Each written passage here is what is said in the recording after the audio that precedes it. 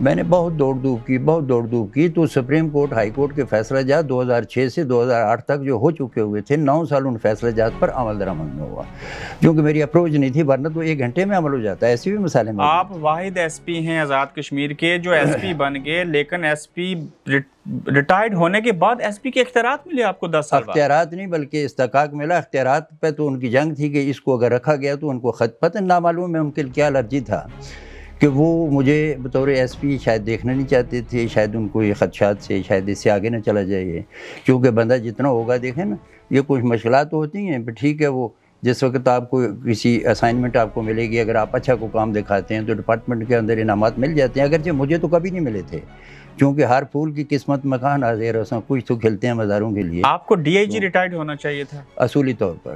آج بھی case D I جی والا اختیارات کا چل رہا ہے؟ ہاں جی، وہ ریٹ پٹیشن میں نے ہائی کورٹ میں میری دائر ہے، تو وہ چونکہ زیر سماعت ہے اس لیے میں اس پہ کوئی بات نہیں کرنا چاہتا عدالت کے احترام. آپ کو اے کے بروئی کیوں کہتے ہیں؟ بس یہی جو جملہ تھا اس کی میں نے بڑی سزا یہ بھی پائی، کیونکہ وہ اے کے بروئی ایک وکیل تھے پاکستان میں، بڑے معروف. ہاں جی. تو اس کے حوالے سے چونکہ میں پاکستان کے کالجز میں جب بھی کورس کرتا تھا تو اللہ تعالیٰ میری مدد فرماتا رہا. اسٹوڈنٹ جتنے بھی ہوتے تھے میں اس میں امتیازی حیثیت سے پاس ہوتا رہا. مجھے اس سلسلہ میں پولیس اکیڈمی میں بھی مجھے آفر کی گئی کہ بھئی آپ یہاں ٹریننگ دینے کے لیے، طارق خوسا صاحب تھے اس وقت کورس کمانڈر، انہوں نے کہا تھا کہ ادھر آ جائیں. پھر مجھے ہنگو پولیس کالج کے اندر میں نے ٹاپ کیا تو انہوں نے مجھے وہاں پہ انسٹرکٹر کے لیے مانگا، لیٹر لکھا آئی جی کو، لیکن میں چونکہ میرا کلچر نہیں ملتا تھا تو اس لیے آپ نے وہ نہیں کیا. ہاں جی. آزاد کشمیر پولیس کے حقوق کا دفاع کرنے کے لیے، ان کو حقوق دلوانے کے لیے ایک تنظیم کے سربراہ ہیں آپ. حال ہی میں ہماری ایک آزاد کشمیر پولیس کی پولیس فاؤنڈیشن ہے، ویلفیئر پولیس فاؤنڈیشن. یہ اللہ مغفرت کرے سردار انور صاحب تھے راولہ کوٹ کے، بڑے دلیر اور بڑے وہ منفرد پولیس افسر تھے، بڑے ہمدرد تھے پولیس کے. انہوں نے اس کو قائم کیا تھا. تو ابھی کو 3 ماہ سے مجھے عبوری طور پر، وہ الیکشن پراپر نہیں ہوا تھا تو مجھے اس کا وہ مرکزی صدر جو ہے وہ نامزد کیا گیا. تو میری تو اس میں جو کوشش ہے اور خواہش ہے اور کچھ کر بھی رہا ہوں کہ بھائی جو پولیس کے ملازمین کے جو حقوق ہیں بالخصوص، کیونکہ جو کانسٹیبل سے لے کے تو انسپیکٹر تک، ہمارے یہاں پرابلم یہ ہے کہ پولیس ہمارے 2 حصوں میں ہے، اگر سپاہی سے انسپیکٹر تک غلطی کریں تو ان کو تو بڑی سزا دے دی سزا دیتی ہے. لیکن اس سے اوپر جو آئیں گے ان کو صرف OSD کر دیا جاتا ہے، پھر واپس آ جاتے ہیں، ان کو لے کر لگ جاتا ہے زیادہ. ان کے لیے سارے قوانین ہیں. سارے قوانین. آپ کس قانون کے تحت بھرتی ہوئے تھے بطور کانسٹیبل؟ یہ پولیس ایکٹ کے تحت. وہی ایکٹ ہے آج بھی؟ جی وہی ہے جو 40 سال پہلے تھا. جی وہی ہے. اس میں کوئی تبدیلی ہونی چاہیے؟ نہیں ہوئی تھی. 2002 میں جنرل مشرف نے پولیس آرڈر 2002 جاری کیے تھے. ہمارے آزاد کشمیر کے اندر اس کا ایک حصہ تو مان لیا گیا، ایک حصے کو نہ مانا گیا. وہ جو مانا گیا اس میں انویسٹیگیشن کا ڈپارٹمنٹ وجود میں آیا، وہ انٹروڈیوس ہوا، وہ بھرتیاں ہو گئیں، اس میں عہدے مل گئے ان کو. اس کا وہ انویسٹیگیشن کاسٹ کا کوئی بجٹ بھی آ گیا، وہ بھی جناب آتا ہے. وہ ڈپارٹمنٹ بھی موجود ہے، اس کی گاڑیاں بھی آ گئیں، وہ بھی خریداری. لیکن جب پولیس آرڈر 2002 کو نافذ کرنے کی بات ہے، جس کے اندر پولیس کی اصلاحات پلس پولیس کو جواب دہ بھی بنایا گیا تھا، جس میں اس کی سزا جزا کا تصور تھا، جس طرح ہماری پاکستان آرمی میں کورٹ مارشل ہوتا ہے، اس طرح کا طریقہ کار بڑا اچھا اس میں وضع کیا گیا تھا، لیکن اس کو اڈاپٹ نہیں کیا گیا. یعنی کہ کسی پولیس والے کو کوئی سزا نہ ہو اس لیے اڈاپٹ نہیں کیا؟ ہاں جی، وہ اس لیے کہ وہ سزا تو اپنی پسند نہیں سزا دیتے ہیں، ہم سے ہمدردی نہیں ہوتی سینئرز کو، لیکن وہ یہ پسند ناپسند کی بنیاد پر پسند کرتے ہیں. صرف 2 ASP بھرتی ہو سکتے تھے، اب درجنوں ہو جاتے ہیں، ایسے کیوں ہے؟ بات یہ ہے کہ یہ ہمارے 2.5 ضلع تھے. پونچھ ضلع جو آدھا تو انڈیا میں تھا، ٹھیک ہے، تو 2 ضلع میر پور مظفر آباد کے تھے. تو 2.5 ضلع کو پھر ہمارے جمہوری نظام میں جو ہمارے وزرائے اعظم تھے، ہماری حکومتیں تھیں، انہوں نے کرتے کرتے 10 ضلع بنا دیے. بظاہر ہمیں تو یہ بتایا گیا کہ پبلک ویلفیئر کے لیے، لیکن میرا خیال ہے اپنے بندوں کو ایڈجسٹ کرنے کے لیے، اپنے استحکام کے لیے. چونکہ ہمارے یہاں سیاسی جماعتیں جب اقتدار میں آتی ہیں نا تو وہ قوم کے لیے، ملک کے لیے کام کرتی ہیں، زیادہ اپنی جماعت کے لیے کرتی ہیں. ٹھیک.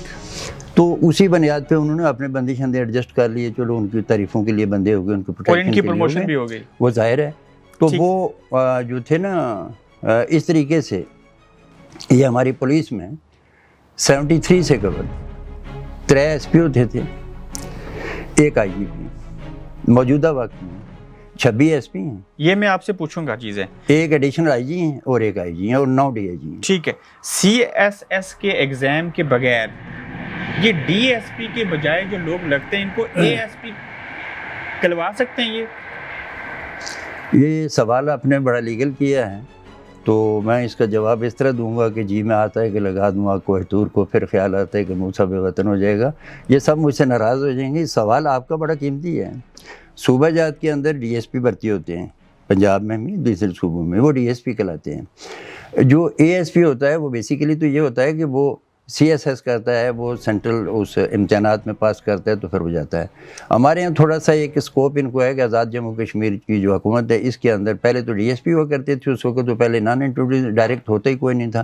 جو ڈائریکٹ ہوئے وہ اس وقت ASP کہلاتے تھے. ہمارے 3 اس وقت نا 47 کے بعد جب بھرتی ہوئے تو دیور نون ایز این ASP. مثلا قاضی بشیر مرحوم تھے، چودھری فضل حسین تھے، کیپٹن سید حسن تھے، MA کیانی تھے، مخصوص لوگ تھے، چند لوگ. وہ ASP بھرتی ہوئے. وہ اچھا وہ پھر بعد میں پتہ لگا کہ نہیں یہ تو DSP بنتے ہیں، لیکن یہ معاملہ چلا چونکہ ہمارے ASP جو بھرتی ہوتے ہیں یہ نیشنل اکیڈمی میں ٹریننگ کرتے ہیں. لیکن پھر یہی لوگ 3 سے 4 سالوں کے بعد SP بن جاتے ہیں. 3-4 نہیں، ویسے ان کا چونکہ وہ اس میں کوٹا مقرر ہے غالباً 50% یا اتنا کوٹا مقرر ہے، اس کے اندر ان کو ایک موقع مل جاتا ہے تو وہ بن جاتے ہیں. لیکن اصولی طور پہ تو جو PSP آفسرز ہوتے ہیں نا وہ تو اپنے صوبے سے ہٹ کے، وہ ایک اپنے مرکز سے ہٹ کے تمام صوبوں کے اندر بھی جا سکتے ہیں، بیرون ملک بھی جا سکتے ہیں، اپنے محکمے میں بھی کام کر سکتے ہیں. دیگر محکمے میں ہمارے قمر عالم IGP تھے تو وہ کچھ عرصہ پاکستان کے تھے، PSP افسر سے تو وہ کچھ عرصہ یہ شناختی کارڈوں کے DG بھی لگے. ٹھیک ہے، ہم کوشش کریں گے کہ پوائنٹ ٹو پوائنٹ چیزوں کو لے کے آگے بڑھیں. ایک IG ہیں ہمارے اور 7 سے 8 DIG ہیں. 9 DIG ہیں. ہمارے SSP اور SP کتنے؟ میں گزارش کروں کہ SSP صاحبان اور SP صاحبان کے اختیارات برابر ہوتے ہیں. یہ صرف گریڈ کا معاملہ ہوتا ہے. جو SSP صاحبان ہیں ان کا گریڈ ہے 19 تنخواہ کا، اور جو دوسرے ہیں ان کا گریڈ ہوتا ہے 18. تو یہ 26 SP اور SSP ملا کے 26 بنتے ہیں، وہ 26. ٹھیک ہے. SP اور SSP میں آپ نے فرق تو بتا دیا. SHO کتنے آزاد کشمیر میں؟ SHO بذات خود کو عہدہ نہیں ہوتا. SHO ایک اسائنمنٹ ہے، اسٹیشن ہاؤس. ہاں جی، وہ تو تھانہ جات ہیں ہمارے 35-40 کے قریب آزاد کشمیر کے تھانہ جات ہیں. ان میں جو تعینات ہوگا in-charge, he is known as an SHO. Otherwise SHO بذات خود عہدہ نہیں ہوتا، اس میں کوئی انسپیکٹر بھی تعینات ہو سکتا ہے، سب انسپیکٹر بھی ہو سکتا ہے. ٹائٹل ہے، سربراہ ہے.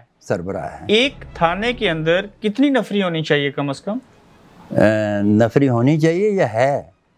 ہونی تو بہت چاہیے، لیکن جو نفری اس وقت ہوتی ہے یہ ایک تھانے کے اندر بڑی مختصر سی نفری ہوتی ہے. یہ تمام ملا جلا کے تو 25 بندے بنتے ہیں ایک نارمل عام تھانے میں. ٹھیک. جبکہ یہ ایک آج آبادی بھی بڑھ گئی ہے، جرائم کا ریشو بڑھ گیا ہے، جرائم کا انداز بڑھ گیا ہے، طریقہ کار مختلف ہو چکا ہے. لوگوں میں منتشر معاشرے کے اندر ہم لوگ بیٹھے ہوئے ہیں، کوئی پرسان حال نہیں ہے.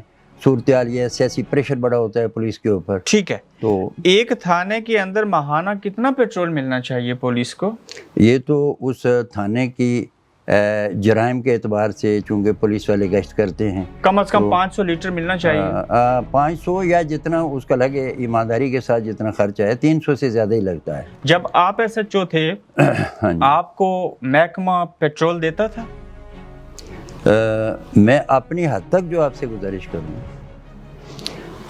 مجھے تو جہاں جہاں میں تعینات ہوا ہوں وہاں مجھے تو گاڑی کا پیٹرول ملتا رہا، لیکن مجھے میرے ساتھی کچھ یہ شکایت کرتے تھے کہ ہمیں، لیکن مجھے تو ملتا رہا. میں تو ایک FIR کی سرکاری فیس کتنی ہے؟ فیس ہوتی کوئی نہیں، یہ تو فری ہے. یہ تو میں آپ سے سن رہا ہوں. FIR کی سرکاری غیر سرکاری کوئی فیس نہیں ہے، اگر ہے تو وہ کرپشن ہے، رشوت ہے.